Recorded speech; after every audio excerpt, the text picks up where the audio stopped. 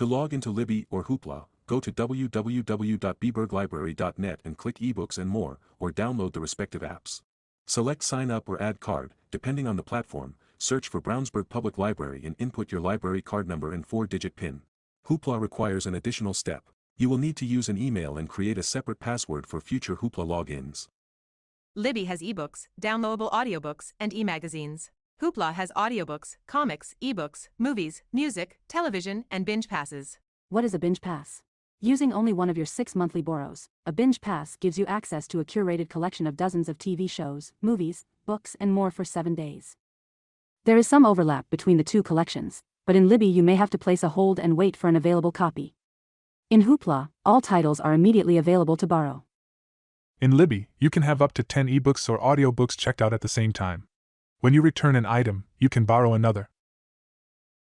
You can have as many magazines checked out as you like since magazines don't count against your borrowing limit.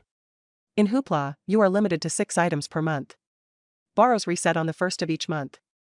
There is also a system-wide daily loan cap set by the library's Hoopla budget that may limit immediate access to items. Libby allows borrowing periods of 7, 14, or 21 days for all formats. Hoopla's borrowing period depends on the content type.